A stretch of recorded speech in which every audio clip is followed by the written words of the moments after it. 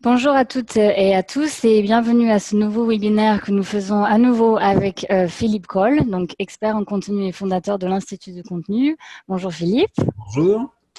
Donc nous allons parler aujourd'hui des blogs et de comment faire en sorte que ces derniers du coup vous amènent plus de clients. Si vous avez des questions pendant le webinaire, n'hésitez pas à nous les écrire directement dans l'onglet QA et nous y répondrons à la fin du webinaire. Pour ceux qui ne connaissent pas encore Ranking Coach, voici une rapide présentation du coup de notre entreprise et de notre logiciel. Donc Ranking Coach, c'est un service asso qui a été créé il y a 6 ans par FairRank, une agence marketing. Les clients en fait tellement apprécié l'offre et la demande était tellement forte en fait que Ranking Coach est finalement devenu une entreprise à part entière une année plus tard, donc en 2014. En 2015, Ranking Coach s'est internationalisé et est maintenant proposé dans plus de 25 pays et dans 9 langues. Et il y a 3 ans, nous avons créé 2 nouveaux produits. Donc, en plus de la version SEO de base proposée par FairRank, donc Ranking Coach Ads pour gérer les campagnes Google Ads et Listing Coach pour travailler sa présence dans les annuaires en ligne. Il y a 2 ans, on a reçu un fonds d'investissement important de la part d'United Internet, donc le groupe qui possède One&One. Et il y a quelques mois, nous avons lancé donc Ranking Coach 360 qui permet de gérer l'ensemble de son marketing en ligne avec la partie SEO, avec Ranking Coach Ads et du coup Listing Coach combiné.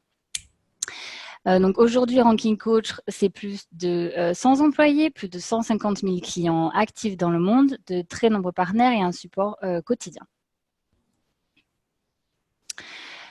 Comme je vous le disais, donc Ranking Coach, c'est un logiciel qui permet de travailler son marketing en ligne et sa notoriété, donc notamment avec la réalisation de tâches dans le domaine du référencement naturel.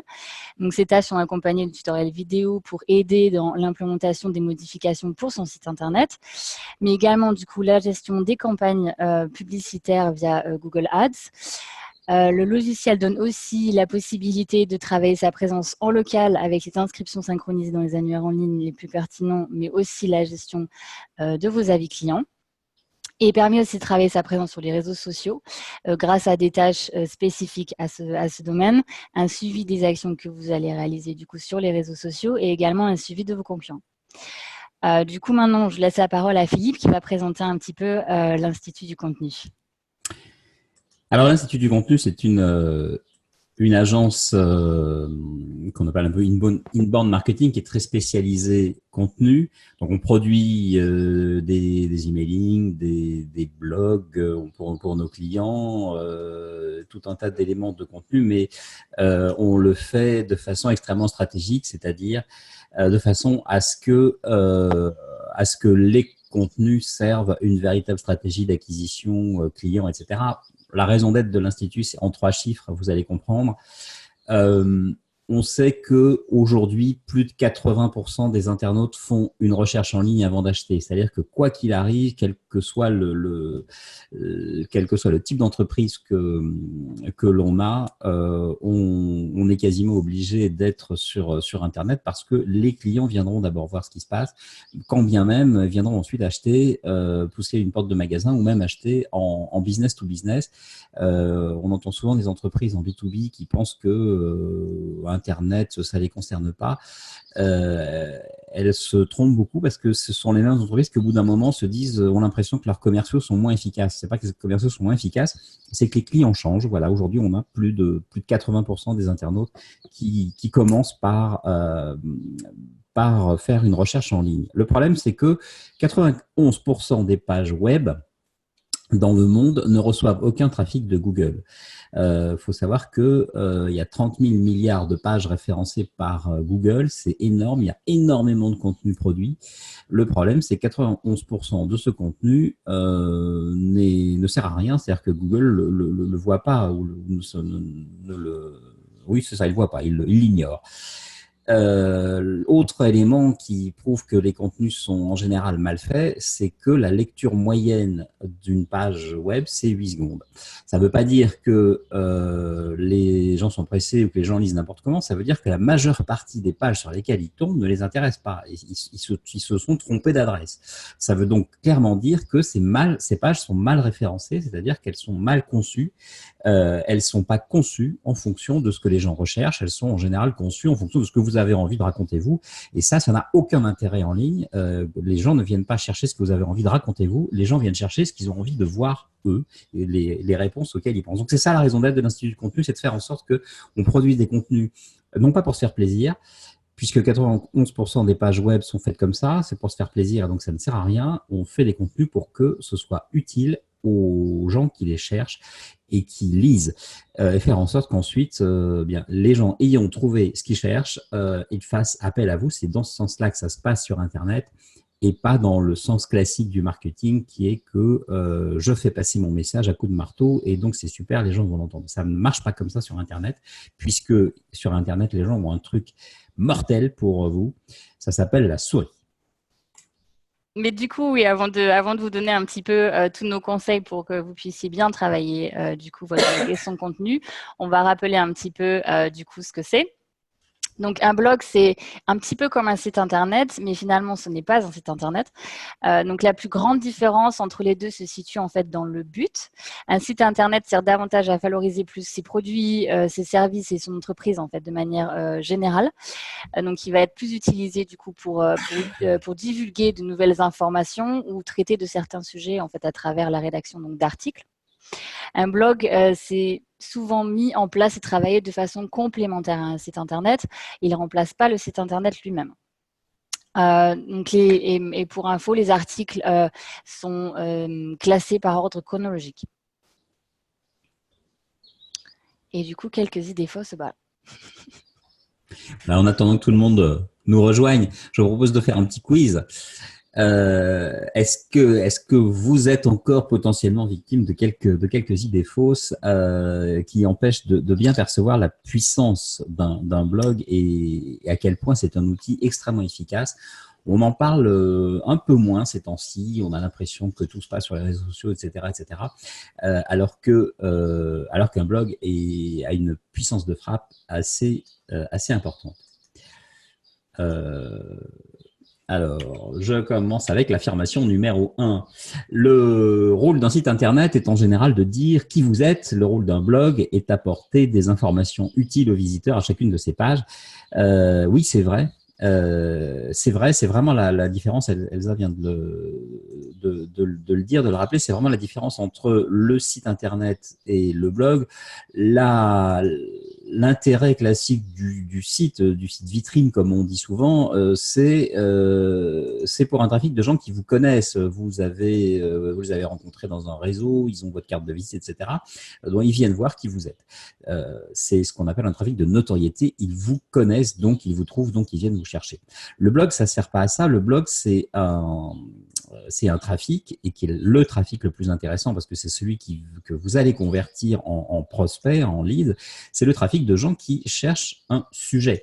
Et donc ils vont trouver vos pages, les fameuses vos pages parmi les 30 000 milliards de pages que j'évoquais tout à l'heure, qui vont trouver vos pages à travers les questions qui se posent, à travers les mots-clés qu'ils vont saisir sur Google et donc ils vont faire en sorte qu'ils vont trouver les pages de votre blog qui correspondra à des sujets précis, qui correspondent aux recherches qu'ils ont, aux intentions. On reviendra sur cette notion tout à l'heure. Affirmation numéro 2 maintenant. Un blog doit être lié à un auteur, une personnalité, c'est une nouvelle forme d'œuvre d'art. Pour tenir un blog, il faut aimer écrire. Est-ce que c'est vrai, est-ce que c'est faux? Vous avez la réponse tout de suite, c'est faux. Un blog est un outil, donc un artiste évidemment peut s'en servir. On peut faire de l'art, on peut se faire plaisir avec un blog, mais fondamentalement, ça ne sert pas à ça, en tout cas pour une entreprise. Pour une entreprise, l'important c'est que ça lui rapporte du trafic, mais pas du trafic en soi, pas n'importe quel trafic. Il s'agit pas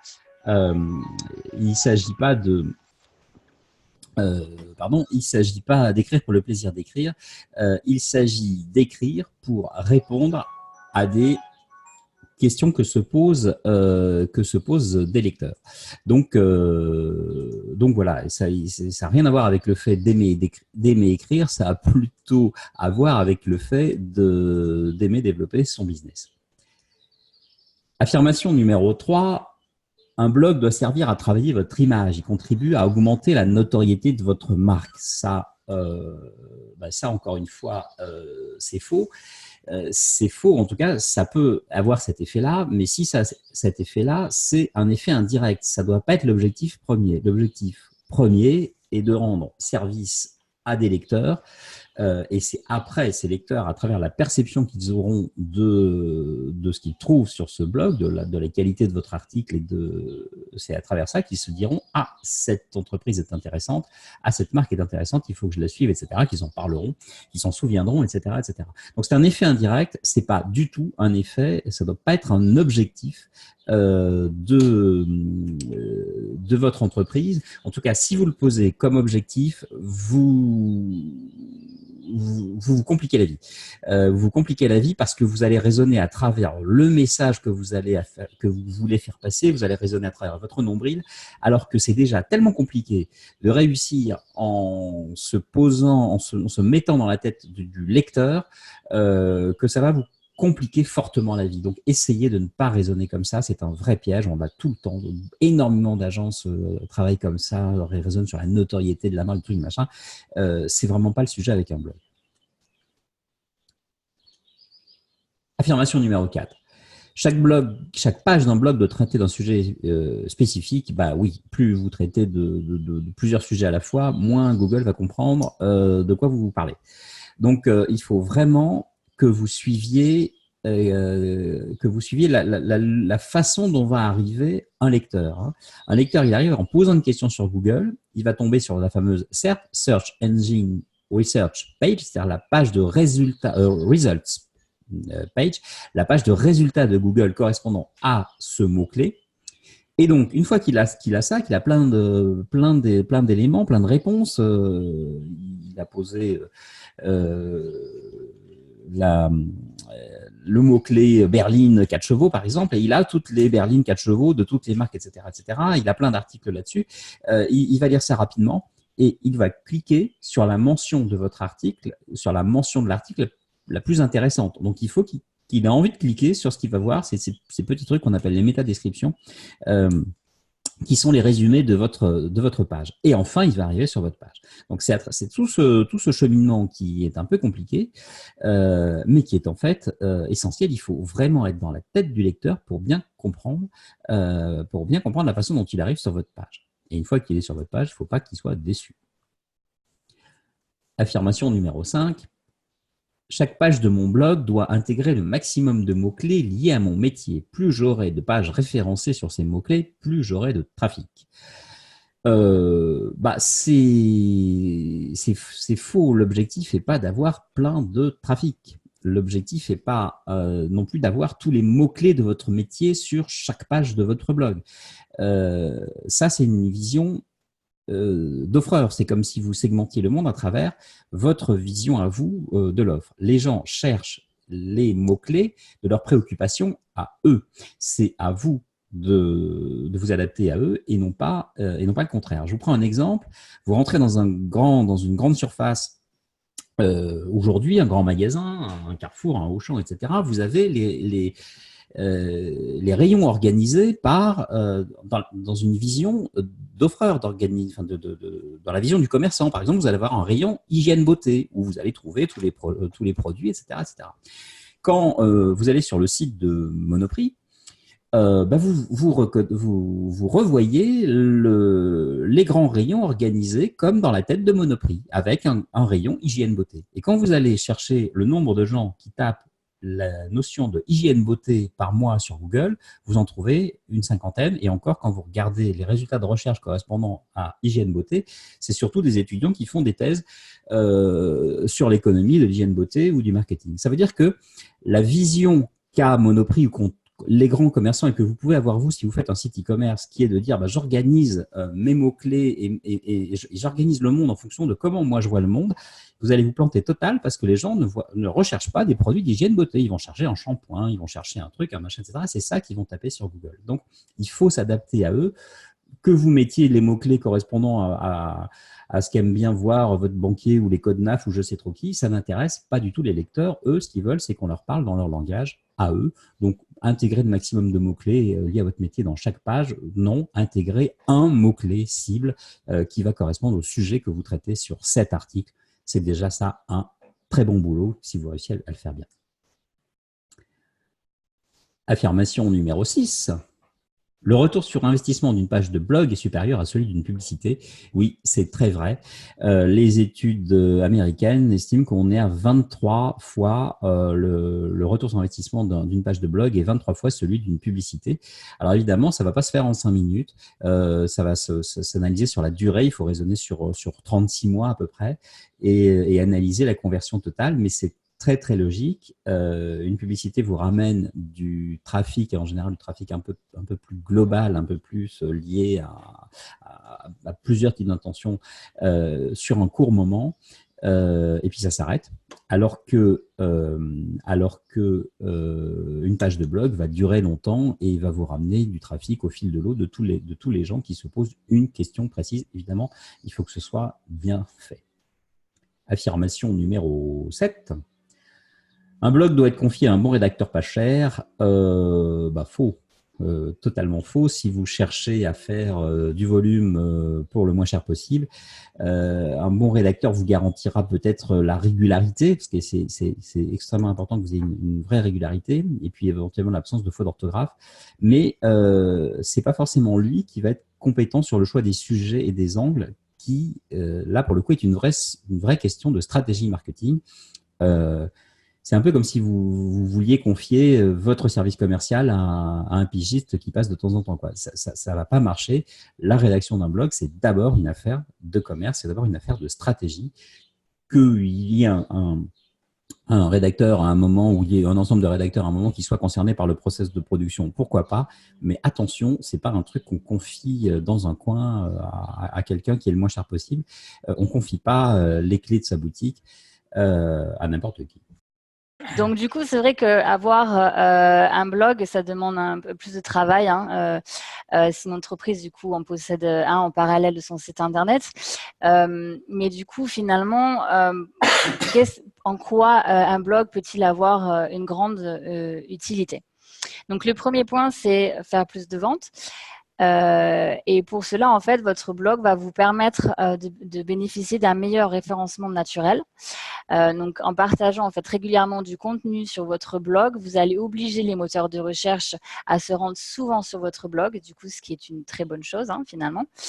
Et vous permettra aussi du coup d'accroître le nombre des pages pour votre site internet qui sont présentes du coup sur les moteurs de recherche, et donc d'être plus visible et d'attirer donc plus d'internautes vers votre site internet. Et donc forcément, si vous avez plus d'internautes, vous avez plus de chances d'augmenter du coup vos ventes. Et qui plus est, les visiteurs de votre site peuvent aussi commenter du coup vos articles et interagir directement avec vous, ce qui vous donnera l'occasion d'en savoir aussi un petit peu plus sur eux, et donc de mieux définir vos approches du coup pour toucher davantage votre cible. Le blog permet aussi de partager donc toutes les nouvelles informations concernant du coup votre entreprise. Donc un nouveau membre dans votre équipe, par exemple, un nouveau client, un partenaire important, un nouveau produit ou service, un événement auquel vous allez ou vous avez participé, une récompense que vous avez obtenue. Bref, vous pouvez rédiger sur des sujets en fait qui concernent directement votre entreprise et donner du coup de nouvelles informations sur cette dernière et sur ce qui fait votre succès. Donc, vous mettez un petit peu en avant, du coup, ce qui fait, en fait, toute votre entreprise de manière générale et du coup, ce qui marche en fait, grâce à votre entreprise. C'est une façon du coup de raconter votre histoire, de ce que vous faites. Vous mettez finalement en avant, ce qui est aussi une bonne chose. Vous parlez un petit peu de vous.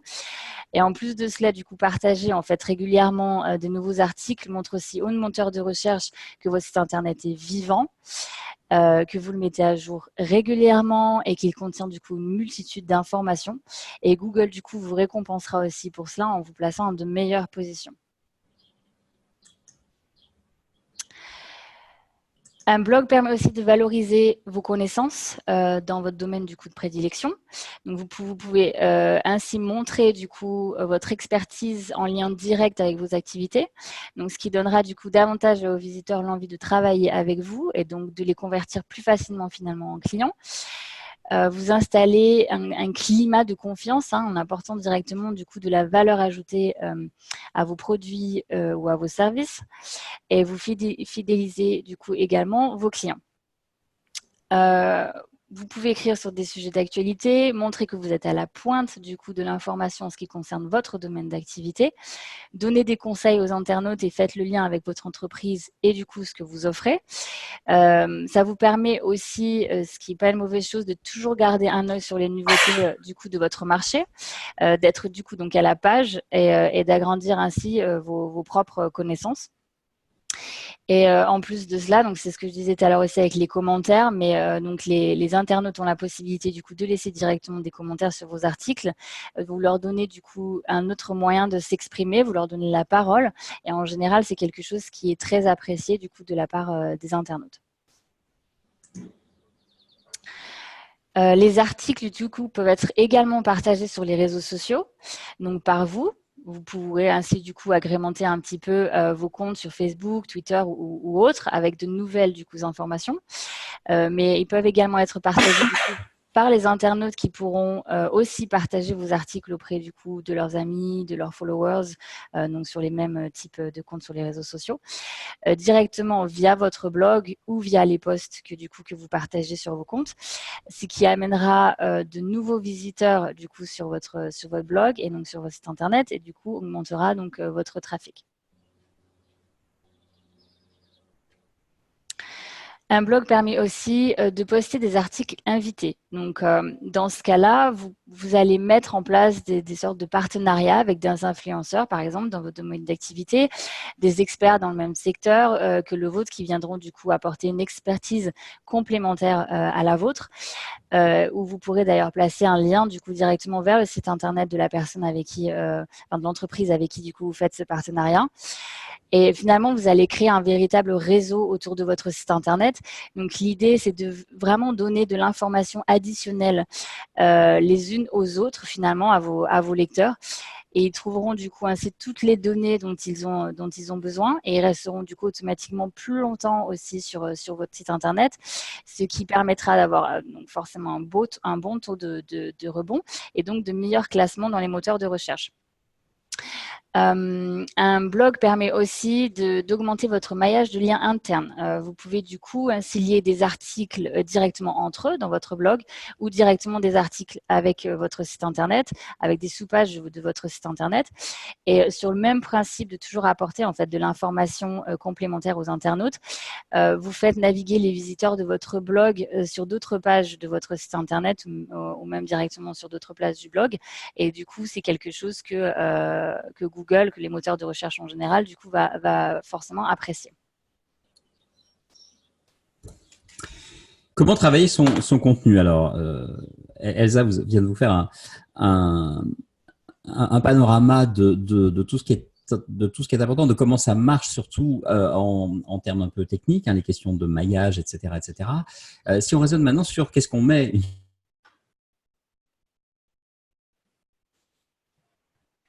Il faut vraiment se mettre dans la tête du lecteur. Et donc, il faut se poser la question de comment est-ce qu'il va arriver sur votre blog, sur cette page que je vais construire. Et donc, il faut vraiment se poser la question de quelle question il va poser sur Google. Il va arriver, partez du principe qu'il va arriver à travers à travers Google, à travers un moteur de recherche, 90% des navigations sur Internet commencent par Google. Donc, les gens ouvrent Google et posent leurs questions. Donc, votre page, elle doit être conçue en fonction de ça, en fonction de cette logique-là. Regardez. Voilà. Non, pardon, je reviens sur la précédente. Il pose une question sur Google, il arrive sur la fameuse page de recherche, là, comme ici. Et il va cliquer sur l'article parmi tout cela qui l'intéresse, lui. Et c'est là, uniquement là, qu'il va arriver sur votre page. Ça veut être quand même deux conditions importantes. Hein. C'est pour ça qu'on se retrouve avec des si mauvais statistiques, hein, les 8 secondes en moyenne que passent les gens sur les blogs. C'est-à-dire qu'ils arrivent à ça parce qu'ils se trompent. Donc, comment faire perdre le minimum de temps à tout le monde dans ce circuit? Je vous prends cet exemple qui est intéressant parce que tout le monde le connaît. Quand vous allez acheter une voiture, que vous poussez la porte du concessionnaire, vous êtes déjà à un stade où vous avez fait des recherches. Vous savez en gros ce que vous voulez. Donc, si le vendeur vous parle de berline 5 portes ou de berline 3 portes, vous êtes déjà un peu au courant. Mais quand vous êtes sur Internet, quand vous commencez à vous poser la question de tiens, est-ce que je pourrais changer de voiture ou est-ce que ou comment ça se passe? Vous n'allez pas taper berline 5 portes. Vous n'en êtes pas là déjà. Vous ne savez pas ce que vous voulez. Prenez cet exemple. Quelle voiture à 70 ans? Il y a quand même pas mal de gens qui se posent cette question-là. Il y a beaucoup de seniors qui ont plus de 70 ans qui sont prêts à changer de voiture. Eh bien, regardez ce qui se passe quand vous tapez quelle voiture à 70 ans. Vous n'avez pas un seul constructeur qui s'est posé la question de et si je répondais à cette question aux gens qui se la posent. Si vous allez regarder le nombre de volumes de gens qui posent cette question, vous vous rendrez compte qu'il y a du monde. Et ce qui est intéressant, c'est de voir que les seuls qui répondent à ça sont alors soit des sites vendez votre voiture, hein, donc des sites qui travaillent vraiment bien leur référencement et qui veulent un public très particulier, ou des Aramis Auto ou des gens comme ça. Donc, on est soit sur le marché de l'occasion, soit sur le marché de l'information autour de la voiture.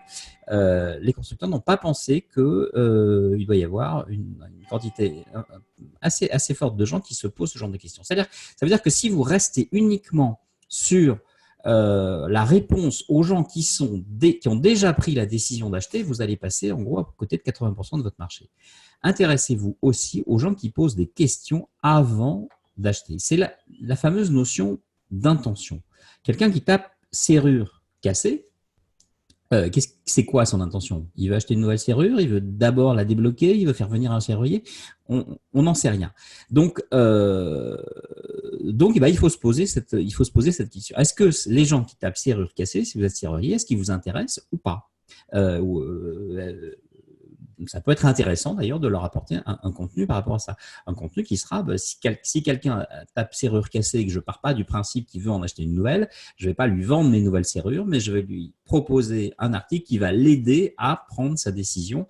Est-ce que ça vaut le coup que je répare ma serrure moi tout seul ou pas, par exemple? Donc, derrière la notion d'intention, c'est ça qu'il faut vraiment rechercher à travers le mot-clé. Quelle est l'intention derrière le mot-clé saisi?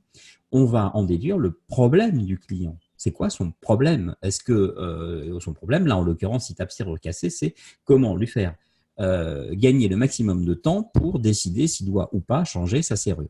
Vous vous rendez bien compte qu'on ne va pas produire le même contenu face à ce problème-là, selon qu'on part du principe que s'il a une serrure cassée, il doit la changer. Et on va faire comme les constructeurs automobiles de tout à l'heure, on va parler des berlines, et puis on va tous se bagarrer là entre vendeurs de berlines. Ça va nous coûter une blinde parce que je ne vous raconte pas le prix du mot-clé si vous voulez l'acheter en pub, mais si vous voulez vous battre en SEO, c'est pareil, le prix du mot-clé berline. Bonjour. Prix du mot-clé serrure cassée, on va être à peu près pareil. Mais si vous voulez, je reviens si vous voulez être bon, là, sur les extraits que vous allez proposer, et si vous voulez que les gens se disent « Ah ouais, ça c'est intéressant », il faut que vous soyez précis sur le problème auquel vous allez répondre et que vous apportiez un bon angle et un bon contenu face à ce problème-là. Et encore une fois, le problème de quelqu'un qui tape serrure cassée, c'est pas forcément d'acheter une nouvelle serrure. Et le problème de quelqu'un qui tape quelle voiture à 70 ans, c'est un problème très précis. il faut bien penser à où est-ce qu'on se situe dans l'histoire de votre client, c'est-à-dire dans ce qu'on appelle le buyer's journey en anglais, le cycle d'achat. Tout client, quel que soit le produit, va passer par 3 étapes. Il va découvrir, il va se rendre compte qu'il a, ah oui, mon problème, c'est ça. Il va prendre conscience du problème qu'on évoquait tout à l'heure. Ah oui, ma porte ne fonctionne plus, et donc que j'ai un problème avec ma serrure. C'est quoi mon problème? La deuxième étape, c'est la prise en considération, l'évaluation, les différentes hypothèses. Ma serrure ne fonctionne plus, qu'est-ce qu'il faut que je la change? Il faut que ça peut se réparer, ce truc-là, ça coûte cher, ça coûte pas cher. Voilà, cette deuxième phase est très importante.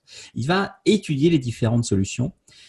Et ce qui est très intéressant quand vous allez être, soit par exemple, soit vous vendez de la réparation de serrures, soit vous vendez des nouvelles serrures, etc., vous allez avoir à ce stade-là des lecteurs qui vont aller chercher ce qui vous apparaît vous comme des mauvaises solutions, des fausses bonnes solutions. Vous, si vous vendez des serrures, vous savez peut-être que dans 70% des cas, une serrure qui coince, elle est foutue, il faut la changer. Mais votre lecteur, il ne le sait pas. Donc, avant de lui dire changez votre serrure, vous devez lui expliquer à ce stade-là comment il doit réfléchir. C'est là que vous allez peut-être lui apporter cette information que 70% des serrures qui coincent, je ne sais pas si c'est vrai, hein, j'invente, hein, mais peut-être que c'est vrai, 70% des serrures qui coincent sont foutues dans les 18 mois qui viennent. Voilà, à lui maintenant de choisir. Et la dernière phase, c'est la phase de décision. À ce moment-là, là, vous allez pouvoir dire, ben moi, si je vous vends une serrure, il y a une garantie, il y a un truc, un machin, vous allez le rassurer sur les derniers éléments. En général, quand on va sur les sites et sur les fameuses pages de Google, vous allez voir, tout le monde se bagarre ici. Tout le monde est là-dessus. Je reprends les exemples de mes berlines de constructeurs automobiles de tout à l'heure. Ils sont tous là-dessus et personne ne travaille avant. Or, 80% de votre marché, il est là. 80% de la demande, elle est là. Les gens ne seraient pas sur Internet s'ils avaient déjà pris tous leurs décisions. Or, ils sont sur Internet. Donc, ça veut dire qu'ils sont d'abord là. Donc, c'est là qu'il faut les choper et leur apporter un service qui fera un service suffisamment fort pour que dans leur tête, ils se disent « Ah bah ouais, cette entreprise-là est intéressante » et ils vont avancer tranquillement et vous allez les aider à avancer tranquillement vers la décision. C'est ça les notions d'intention et c'est comme ça que vous allez aider en étant le bon rédacteur en chef de votre site et pas juste le rédacteur comme on disait tout à l'heure. Vous allez apporter de la valeur à travers ce que vous écrivez et vous allez aider le lecteur à percevoir cette valeur et à se dire oui, je vais finir par acheter. C'est en fonction de ce circuit-là que vous devez construire vos contenus, votre politique de contenu, les différents articles que vous pouvez traiter et que vous allez définir les fameux sujets et surtout les angles d'attaque. La valeur, elle est rarement dans le sujet. Hein, imaginez le serrurier de tout à l'heure. Alors, la serrure, c'est quoi? Petit a, elle contient… Non, ça va intéresser personne. Je vous dis, là, vous allez tomber dans les 8 secondes. Hein. Je ne vous demande pas est-ce qu'il y a une serrure, je vous demande où j'en suis, qu'est-ce que je fais avec ma serrure qui coince. D'accord, et je veux aller vite.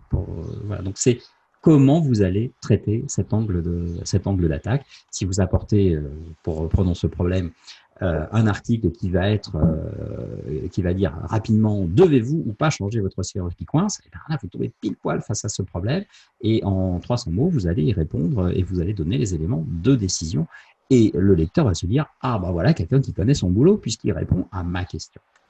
Je vous donne des exemples concrets.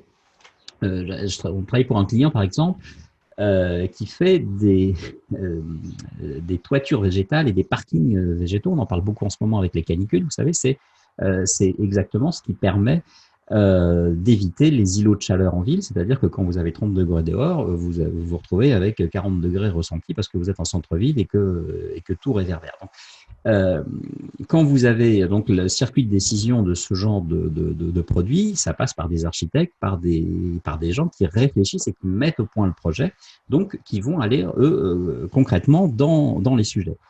Un architecte, c'est quelqu'un qui a été formé à mettre des plaques de béton les unes sur les autres et qui a rarement été formé sur la notion d'évapotranspiration et d'inondation, hein, qui sont les trucs. Tout à coup, on lui dit, mais il faut, cher architecte, que dans votre projet, vous luttiez contre les inondations et vous nous aidiez à améliorer tout ça. Donc, on va avoir quelqu'un qui va taper évapotranspiration et inondation. Eh ben, regardez, ce qui se passe quand on tape sur évapotranspiration et inondation, on va tomber sur des articles universitaires, très bien. Et puis très vite, parce que on a joué là-dessus, on tombe sur la page. C'est venu très très vite, en quelques mois. On est tombé sur la page de nos clients. C'est assez recherché, ça, hein, évapotranspiration et inondation. Et sur quoi renvoie l'article? Bah, vous voyez, on explique ce que c'est, pourquoi il faut jouer sur l'évapotranspiration pour lutter contre les inondations. On explique le phénomène rapidement et très vite, on a ce qu'on appelle un call to action, télécharger notre boîte à outils pour faire un parking perméable. Donc, vous voyez le circuit. Si la personne qui tape évapotranspiration et inondation correspond à la cible qu'on recherche, donc des architectes ou des gens, des maîtres d'ouvrage qui vont construire un truc et qui se posent cette question, ils tombent tout de suite sur la page de notre client qui leur dit comment jouer sur l'évapotranspiration pour lutter contre les inondations, si c'est bien ce qu'ils cherchent. Il trouve tout de suite les éléments clés qui lui permettent d'être en assurance et puis il va tout de suite pouvoir télécharger une boîte à outils s'il veut aller plus loin dans son projet. Autre exemple, on a un client qui est spécialisé, c'est intéressant, c'est un avocat qui est spécialisé dans les dommages corporels. Alors, il y a une grande actu en ce moment qui est les accidents de trottinette. On est typiquement dans un sujet très compliqué pour les avocats en dommages corporels. Les gens qui sont accidentés, qui sont victimes d'accidents de trottinette, par exemple, ils ont tout de suite des problèmes d'assurance. Enfin, c'est des dossiers très compliqués parce que personne n'a prévu de les indemniser. Donc là, on va s'intéresser à la fois aux victimes potentielles, aux gens qui sont là-dessus, et puis éventuellement aux journalistes que le sujet intéresse. Si vous vous mettez dans le truc classique de l'avocat, qu'est-ce que font les avocats face à ce genre de truc? Et puis là, c'est intéressant d'ailleurs, on le voit très vite chez un des concurrents, par exemple, de mon client, les avocats font des cours de droit. Et ils font un article, accident de trottinette, évaluation et indemnisation des préjudices. Nous, on s'est posé la question un peu différemment. On s'est dit, quelqu'un qui tape victime accident de trottinette, il y a de fortes chances qu'il soit lui-même victime. Qu'est-ce qu'on lui apporte comme service tout de suite? On lui dit, vous êtes victime d'un accident de trottinette, ne perdez pas de temps, voilà comment agir tout de suite. Et quand il arrive sur la page, voilà, on lui dit tout de suite ce qu'il faut faire et on lui propose une infographie dans quel cas êtes-vous. On va tout de suite sur du service, on ne lui fait pas un cours de droit pour savoir comment ça marche l'indemnisation du dommage corporel, on lui répond à sa question et à la vraie question, au problème urgent qu'il a. Voilà comment on construit un contenu de blog. Vous voyez que la démarche, elle n'est pas on prend tous les sujets qui passent et on se fait plaisir. On fait des priorités. On va chercher les trucs les plus urgents et les plus intéressants qui nous intéressent, nous, en termes de business. Et puis, on va se poser la question de comment les gens vont se poser la question de quels problèmes ils ont et à quoi on va répondre en priorité, comment on peut leur rendre service et les aider suffisamment, de façon suffisamment maligne et pertinente pour que ça corresponde à leur cycle d'achat et qu'on les amène, qu'on ait la bonne réponse en fonction de là où ils se trouvent dans ce cycle d'achat. Je pense que vous avez bien compris donc, que le contenu du coup, des articles lui-même est extrêmement important et la façon du coup, dont le travailler et l'approche du coup, est forcément stratégique. Mais vous avez aussi du coup d'autres éléments du coup que vous pouvez travailler donc pour toujours améliorer en fait la visibilité du coup de votre blog. Donc, par exemple, vous pouvez ajouter des images et des vidéos. N'hésitez surtout pas à diversifier un petit peu vos supports et du coup à travailler directement le texte qui accompagne du coup ces vidéos et ces images et à y placer directement vos mots-clés. Vous pouvez travailler aussi les métadonnées des pages du coup de votre blog, toujours sur le même principe, toujours incorporer du coup vos mots-clés dans ces métadonnées. Vous avez des métadonnées pour chacune des pages du coup de votre blog. Faites également attention que votre blog soit mobile friendly. C'est-à-dire qu'il il a un format qui soit adapté en fait directement aux appareils mobiles, afin que du coup que les internautes qui souhaitent lire du coup vos articles avec une tablette ou un téléphone par exemple puissent le faire de manière confortable. En général, vous avez donc les CMS, hein, les plateformes que vous pouvez utiliser du coup pour créer vos sites internet et vos blogs, qui proposent des thématiques qui sont en général déjà créées pour ça, hein, mais bon, enfin, vérifiez quand même au cas où. Et vous pouvez aussi travailler du coup l'URL de votre blog. Choisissez du coup une URL qui a le mot-clé principal qui définit du coup ce qui se trouve dans votre blog. Vous avez aussi deux formes pour créer votre blog. À vous de choisir du coup la forme que vous souhaitez. Donc vous avez la forme dite sous-domaine. Dans ce cas-là, en fait, l'URL sera blog.rankingcoach.com par exemple. Et vous avez la forme qui dit, elle, en répertoire. Dans ce cas-là, du coup, par exemple, ce sera rankingcoach.com/blog. Dans le cas du coup du sous-domaine, pour vous expliquer un petit peu, les moteurs de recherche considéreront du coup votre blog vraiment comme un nouveau site internet qui n'est finalement pas du tout lié en fait à l'autre site internet que vous avez où vous présentez directement vos produits et vos services, et dont il faudra mettre une stratégie de référencement spécifique du coup au blog lui-même. Et si vous utilisez par contre la façon dite répertoire, cette fois-ci le blog sera directement lié à votre site internet et du coup bénéficiera automatiquement du référencement de votre site internet. Donc après, c'est vraiment à vous de voir en fonction de la stratégie du coup que vous voulez associer à votre site internet et au blog, si c'est la même ou si vous voulez communiquer sur ces deux supports de manière différente. Ça, c'est complètement en fonction de votre décision. Mais vous avez effectivement d'autres points du coup à travailler en plus du contenu de votre blog.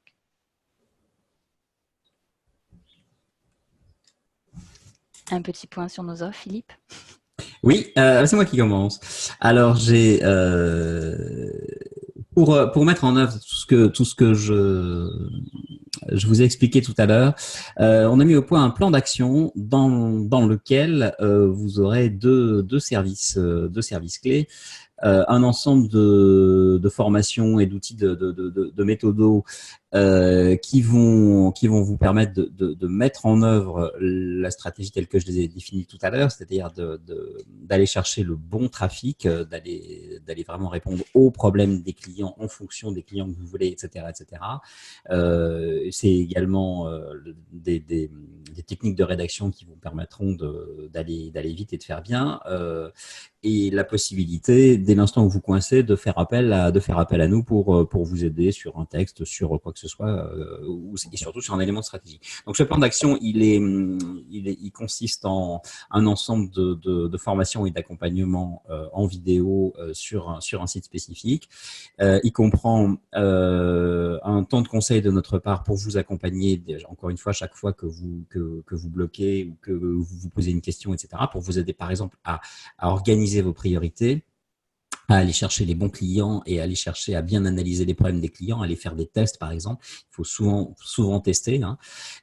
Et puis vous serez accompagné aussi par Ranking Coach, puisque dans cette offre de plan d'action, on intègre un abonnement à Ranking Coach qu'Elsa vous a présenté tout à l'heure. Et du coup, si vous souhaitez donc travailler, donc enfin essayer un petit peu l'outil et du coup le faire par vous-même, donc là on n'est pas sur le contenu lui-même, mais vous aider un petit peu dans les tâches à réaliser pour améliorer du coup le référencement de votre blog. Vous pouvez aussi du coup directement utiliser Ranking Coach, donc on a une offre spéciale aujourd'hui pour cela. Donc vous aurez du coup des tâches qui sont personnalisées à votre blog avec des tutoriels vidéo qui vous montreront un petit peu comment mettre en place en fait facilement tous les changements du coup qui sont nécessaires pour améliorer les classements du coup de votre blog.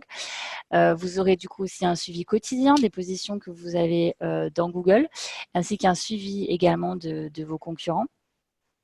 Et vous pourrez aussi mettre en place des campagnes publicitaires du coup pour votre blog si vous souhaitez un petit peu booster la visibilité de ce dernier. Si vous avez des questions, vous pouvez bien sûr contacter notre service support avec plaisir.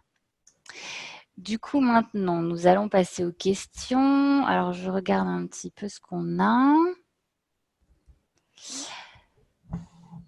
Alors, combien de temps faut-il consacrer à son blog, Philippe? Ah, grande question. Alors, évidemment, ça va dépendre du type d'activité qu'on fait et du nombre de produits que l'on a à proposer.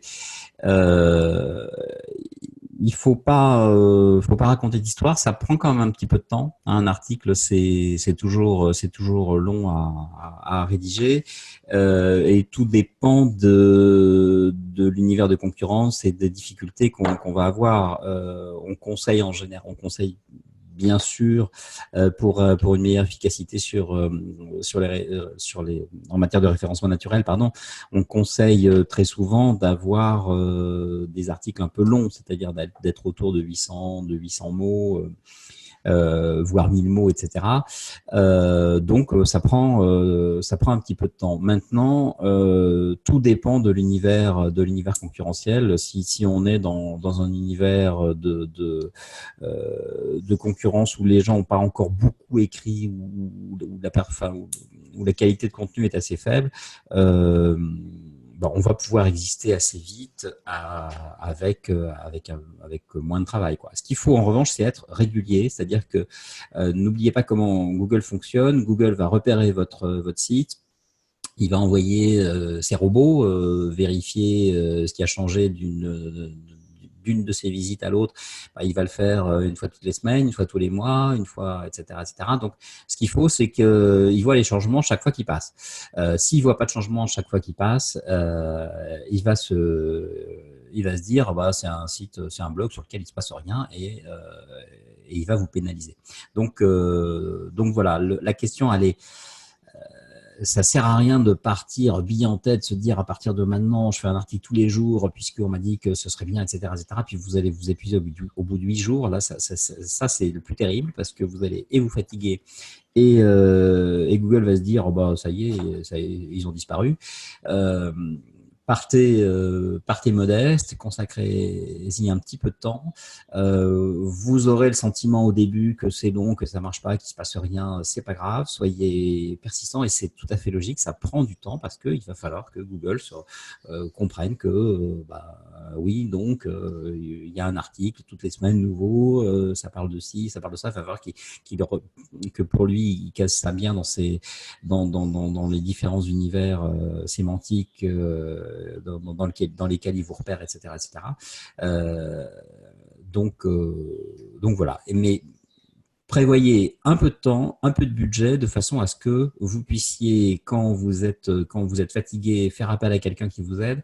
Mais surtout, ne partez pas bille en tête en vous bloquant du temps, en essayant de tout faire, et puis en abandonnant au bout de 3 mois. Là, c'est le pire des scénarios qui soit. Alors, du coup, on a une question aussi sur la longueur des articles. Mais du coup, tu as un petit peu répondu. Oui, j'y ai un peu répondu, c'est-à-dire que effectivement, 300 mots est considéré vraiment comme le minimum. Je parle sous ton contrôle, Elsa, mais je pense que... Oui, en général, il faut quand même partir sur le minimum, je dirais que c'est plutôt du 1000 mots. Alors, en sachant que ça prend quand même beaucoup de temps. Après, c'est sûr que si on est sur du 2000 mots, c'est encore plus important. Justement, je discutais récemment avec un expert aussi en SEO.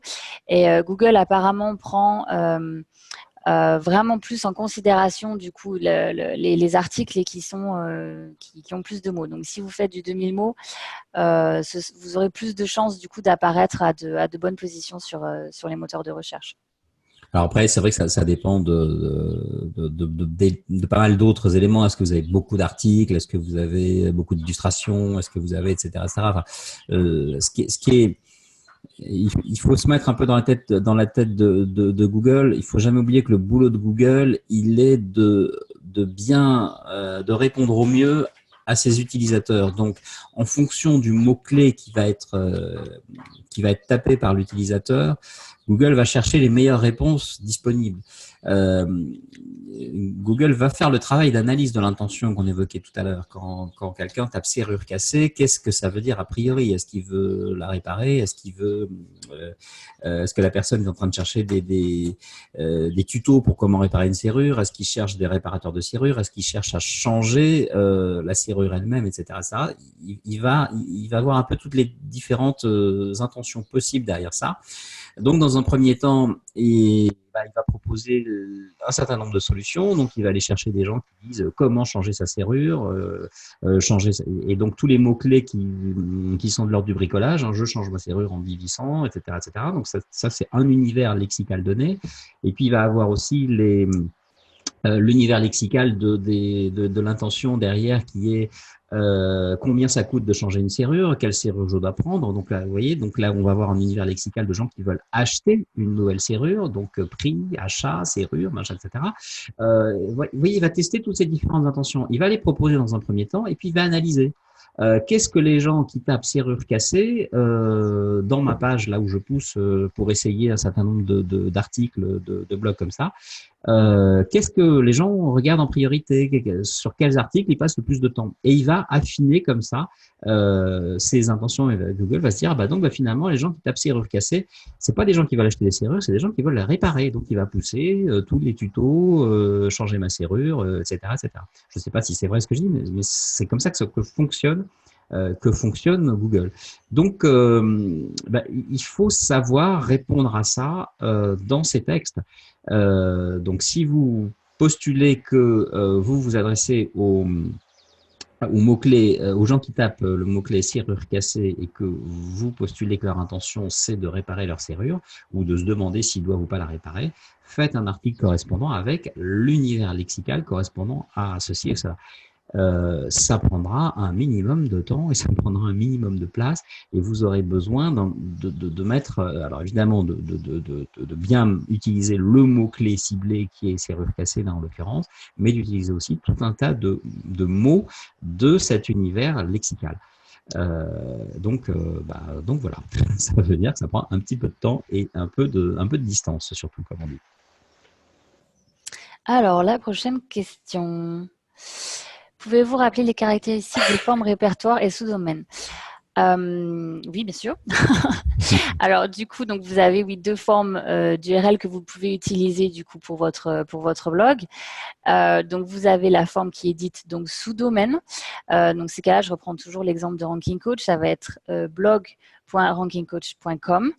Et dans ces cas-là, en fait, Google va considérer que votre blog est un site internet qui est complètement dissocié en fait de votre site internet que vous utilisez du coup pour votre entreprise. Donc à ce moment-là, il faudra utiliser la stratégie de SEO du coup de référencement que vous allez utiliser pour votre site internet sera différente du coup de celle de votre blog et donc vice versa. Il n'y aura pas forcément de lien entre les deux sites internet. Et si vous utilisez du coup une URL qui est dite répertoire, donc dans ces cas-là, ce sera rankingcoach.com/blog.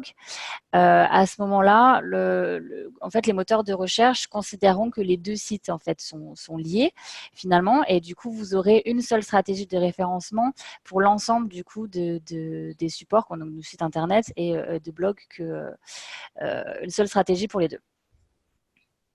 Alors, la prochaine question. Est-ce que les flux RSS marchent toujours? Est-ce qu'il est nécessaire d'avoir un bouton d'abonnement sur le blog? C'est une excellente question. Je ne sais pas trop si les gens utilisent toujours le flux RSS pour s'abonner au blog. Mais à quoi, quel est l'intérêt stratégique de l'affaire? C'est pas de la cuisine, hein. La question, c'est à quoi ça vous sert à vous que les gens s'abonnent? Est-ce que si vous faites un blog pour que les gens deviennent des super experts de votre domaine, c'est vachement sympa ce que vous faites, mais ça vous sert à quoi? Votre problème, c'est que à l'arrivée, les gens finissent par acheter. Donc, je reprends mon exemple des gens qui tapent serrure cassée. Ils veulent pas devenir serruriers. Donc, pourquoi voulez-vous qu'ils s'abonnent à votre blog? En revanche, si vous êtes un expert du coaching et que vous adressez à tous les RH, là, ça peut être intéressant, effectivement, qu'ils s'abonnent à vos publications. Proposez-leur plutôt une newsletter parce que là, au moins, vous aurez leur mail, vous pourrez agir derrière. Donc le flux RSS, pourquoi pas, mais sauf si vous êtes un site d'actualité, que vous produisez beaucoup d'informations, etc., et que derrière votre modèle économique c'est la publicité, je vois pas bien à quoi ça vous sert. Ça vous servira surtout, et le risque que je vois en revanche, c'est que ça va vous servir à vous mettre dans une stratégie de beurrer les petits fours, comme on dit. C'est-à-dire, vous allez filer vachement d'infos gratuitement, mais à aucun moment vous allez proposer aux gens d'agir et d'interagir et de vous faire sentir que ce que vous faites est intéressant ou pas, et ça va pas vous aider, quoi. Vous allez leur filer des sujets. Bon, bah, très bien, mais on n'est pas à l'oral du bac, hein. Le problème, il n'est pas de filer des sujets. Le problème, il est de rendre service à des lecteurs par rapport à des intentions précises, à des sujets précis, de façon à ce que les gens avancent dans leur cycle d'achat et finissent par soit vous appeler, soit commander, soit acheter sur place. A priori, c'est ça votre démarche. Donc, derrière la technique, moi, le flux RSS, je vois pas bien à quoi ça peut servir, sauf si, encore une fois, sauf si on est Le Monde, Les Échos ou autre, hein, mais où l'enjeu, c'est d'apparaître dans plein de trucs de visibilité globale. Mais pour être visible à travers des flux RSS, ça va vous coûter une fortune en contenu. Concentrez-vous plutôt sur le vrai choix de quels clients il nous faut, et ces clients-là, qu'est-ce qu'ils ont comme problème, et quand ils ont quel problème, quel mot-clé ils tapent. Alors, j'ai une question du coup. Un article une fois par mois, cela suffit-il? Bah, ça dépend du métier que vous faites. Ça dépend du métier que vous faites. T'en penses quoi, Elsa? Euh, Ce qui est certain, c'est il faut être constant d'une certaine manière. Il faut vraiment toujours garder en tête que l'idée, c'est de mettre à jour votre site internet. Ouais. Ne faites surtout pas, par exemple, vous allez poster un article tous les jours pendant une semaine, et puis plus rien pendant plusieurs semaines ou plusieurs mois. C'est quelque chose que Google, que les moteurs de recherche en fait vont voir. Ce qui est important, c'est de toujours mettre à jour votre site, enfin votre blog du coup, avec des articles récents. Une fois par mois, pourquoi pas. Après, c'est sûr que plus vous allez poster d'articles de manière constante, mieux ce sera. Mais essayez peut-être aussi de voir de vous créer aussi une stratégie avec des dates de publication, avec des sujets que vous voulez traiter, donc bien avec tout le travail en amont, hein, dont parlait du coup Philippe avant, avec tout le parcours d'achat du client, toute l'intention du client. Essayez un petit peu de réfléchir vraiment à tout ça et de décider ensuite des articles que vous allez écrire et du coup des dates un petit peu de publication en fonction de ces articles. Je dirais qu'une fois par mois, c'est sûr que c'est mieux que rien. Après, faites-le, soyez constant, faites-le tous les mois ou faites-le toutes les 2 semaines. Mais faites-le régulièrement. Ça, c'est sûr que ne le faites pas pendant un mois et puis après, plus rien pendant plusieurs mois. Ça, c'est quelque chose que les moteurs de recherche n'apprécient pas particulièrement. Et encore une fois, ne pensez pas que, il faut éviter le raisonnement cuisine, quoi. Quelles sont les bonnes techniques, les bonnes machins, comment il faut faire tel ou tel truc pour être visible, par exemple. Ça c'est une très mauvaise façon de raisonner. D'abord parce que ces éléments de cuisine, ils évoluent tous les jours, ça devient toujours plus difficile, plus compliqué, etc., etc. Donc il faut vraiment être dans une logique de stratégie, de se dire plus on niche, plus on est sur une niche, et plus on est précis dans l'univers qu'on va explorer, et donc plus on va chercher des clients précis, plus on aura des chances de les trouver parce qu'on sera précis et parce que ce sera plus facile pour Google. Donc c'est vraiment ça la vraie logique qui doit guider votre choix derrière, et ça va globalement être un problème de coût. Combien êtes-vous prêt à mettre pour avoir un client, sachant que encore une fois, le retour sur investissement du blogging, il est très très fort, mais il suppose qu'on bosse beaucoup quand même, et ce retour sur investissement, on le mesure vraiment au bout de 36 mois, donc c'est du temps, c'est du temps, c'est du temps. Donc considérez que quoi qu'il arrive, le coût d'acquisition client, vous allez le dépenser. Votre client, il va vous coûter tant. Donc, est-ce que vous voulez récupérer ce client plus vite ou pas, ou est-ce que vous avez besoin de tester, de mesurer pour pas vous tromper? C'est ça qui doit faire que vous décidez si vous faites un article tous les mois, un article toutes les semaines, un article tous les jours. C'est à la fois une question, comment dire, il faut mettre le curseur entre le budget dont on dispose et le nombre de tests qu'on va avoir besoin de faire. C'est-à-dire, est-ce qu'on est vraiment sûr que nos clients ils sont là sur telle niche, et que quand on travaille sur telle niche, leur problème il est comme ci, comme ça, etc. etc. Est-ce qu'on en est sûr? Est-ce que ça change? Est-ce qu'on peut le mesurer? Est-ce qu'on peut le valider par les outils de Google, etc. etc. Et une fois qu'on a bien validé, après c'est une question de budget, mais plus on, comment dire, quand on sait ce qu'on fait, moins on va vite, enfin, plus on délaye dans le temps, la dépense budgétaire, plus on prend le risque qu'on ait des concurrents qui fassent plus vite que nous, quoi. Et du coup, j'ai une dernière question. Peut-on supprimer ou modifier des articles? Oh que oui. Oh que oui. Google regarde beaucoup la façon dont vos articles vivent et sont modifiés, sont mis à jour. Donc pour Google, la mise à jour d'un article, c'est un signe de qualité. Et n'oubliez pas que Google aussi, avec tous ces robots, c'est beaucoup d'énergie dépensée, c'est beaucoup de temps, hein, c'est du travail pour Google. Donc si Google passe son temps à aller visiter des pages qui changent jamais, c'est du gaspillage d'énergie, il n'aime pas ça. Donc, il préfère que vous supprimiez des articles. Il faut le faire avec prudence, hein. Il faut pas. Il y a certaines règles techniques quand on supprime des articles à suivre, des redirections, des choses comme ça, pour pas que le travail acquis se perde, et pour pas que Google ait l'impression qu'il indexe des pages fantômes. Mais une fois qu'on a pris ces précautions-là, il vaut mieux que vous ayez moins de pages sur votre blog qui dorment et où il se passe jamais rien. Il vaut mieux que vous ayez moins de pages où il se passe plein de choses que beaucoup de pages où il se passe rien et puis quelques-unes qui émergent.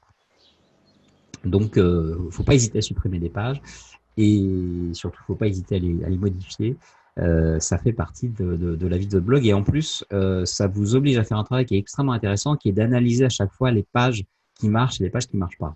Les pages sur lesquelles vous avez du trafic, celles sur lesquelles vous n'avez pas de trafic, celles sur lesquelles vous avez du trafic, et puis ce trafic est intéressant parce que les gens vont voir après d'autres pages, où les gens cliquent, s'inscrivent, etc., etc. Ces éléments-là sont extrêmement intéressants à analyser, et quand vous faites ce travail-là, d'aller vous obliger à aller regarder vos pages, ce qui marche pas, etc., vous apprenez énormément de choses, et c'est passionnant. Du coup, ce sont les questions qu'on a eues aujourd'hui. Donc, si vous avez, de toute façon, on va vous envoyer du coup un email avec la petite vidéo. Donc, on va vous contacter, et vous pourrez du coup après trouver aussi cette vidéo donc sur YouTube, avec du coup toute la présentation qu'on vous a présentée du coup ce matin. Si vous avez des questions, vous pouvez bien entendu venir nous contacter sans aucun problème. Et puis bientôt, nous ferons sûrement un autre webinaire dont vous serez du coup informés si vous nous suivez aussi sur les réseaux sociaux. En tout cas, merci beaucoup Philippe. Merci Elsa. Merci à tous, et passez une excellente journée. Au revoir.